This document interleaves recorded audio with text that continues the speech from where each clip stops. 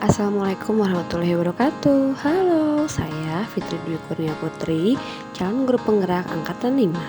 Di sini saya akan menjelaskan tentang kesimpulan dan refleksi pikiran Ki Hajar Dewantara. Ki Hajar Dewantara yang kita kenal merupakan pemikir dan juga tokoh pendidikan di Indonesia yang selalu menyuarakan konsep pendidikan kritis terhadap pendidikan. Ia adalah salah satu tokoh pendidikan nasional sekaligus bapak pendidikan Indonesia dan pejuang kemerdekaan yang secara intens mengkritik praktik pendidikan dan memberikan kontribusi pemikiran pendidikan nasional yang selama ini ada di Indonesia. Ki Hajar Dewantara selalu mencoba menawarkan solusi ilmiah dan rasional guna perbaikan pendidikan yang mengarah pada pendidikan yang memanusiakan manusia. Pendidikan sebagai usaha menuntun segenap kekuatan kodrat yang ada pada anak, baik sebagai individu maupun sebagai anggota masyarakat agar dapat mencapai kesempurnaan hidup. Semboyan ing ngarsa sungtulodo ing madya mangunkarsa tuturi handayani yang mengajarkan banyak hal terkait pendidikan dan pengajaran. Pendidikan budi pekerti, pengajaran yang merdeka, dan pembelajaran yang menempatkan murid sebagai subjek pendidikan. Pemikiran Ki Hajar Dewantara terkait pendidikan dan pengajaran tidak menitikberatkan pada kualitatif semata, namun lebih pada upaya meningkatkan kemerdekaan murid yang memiliki budi pekerti dalam belajar mengeksplorasi kompetensi diri sesuai latar belakang sosial dan emosional. Merdeka belajar. Dalam sistem Among, anak dididik di sekolah sesuai dengan bakat dan minat. Pendidik sebagai tuturi handayani berperan dalam menuntun, mengasuh, membimbing anak sesuai kodratnya agar jiwanya merdeka lahir dan batin. Guru memberikan kebebasan pada anak dalam memilih gaya belajar yang mereka sukai. Dari yang tadinya hanya menuruti instruksi berubah menjadi merdeka belajar. Kodrat alamiah anak. Pembelajaran di sekolah harus mengikuti kodrat alamiah anak, yaitu selain merdeka, kodrat alamiah anak adalah bermain. Anak menyukai permainan yang menyenangkan.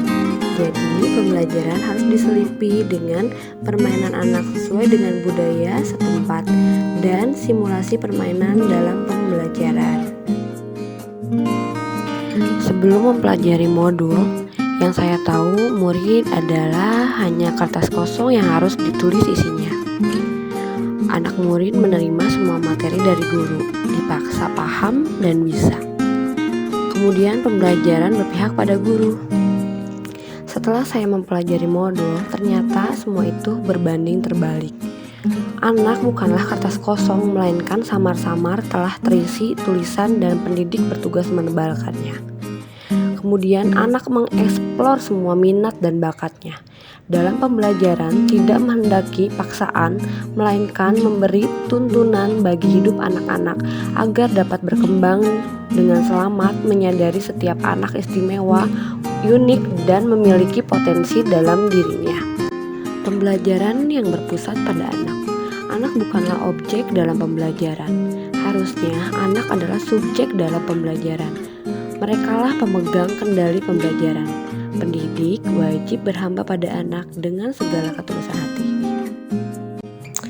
Hal yang diterapkan di kelas yang mencerminkan pemikiran Ki. Yang pertama, menyadari tiap anak memiliki keunikan. Walaupun beberapa anak tidak memiliki ketertarikan akan suatu mata pelajaran, pasti di dalam dirinya ada keistimewaan. Tugas kita adalah menggali potensi dalam kegiatan ekstrakurikuler dengan mengintegritaskan budaya lokal dalam kegiatan di sekolah. Yang kedua yaitu medolanan, menggali ide-ide kreatif, mengintegrasikan permainan-permainan tradisional dalam kegiatan pembelajaran ataupun kegiatan sekolah seperti permainan gobak sodor atau galaksi, engklek, dan lain-lain untuk mengadakan interaksi anak-anak. Untuk mewujudkan itu semua, saya memerlukan berbagai dukungan dari segenap pihak, yaitu sesuai dengan Tripusat Pendidikan, saya membutuhkan dukungan dari yang pertama keluarga peserta didik, yang kedua pihak sekolah, dan yang terakhir adalah masyarakat.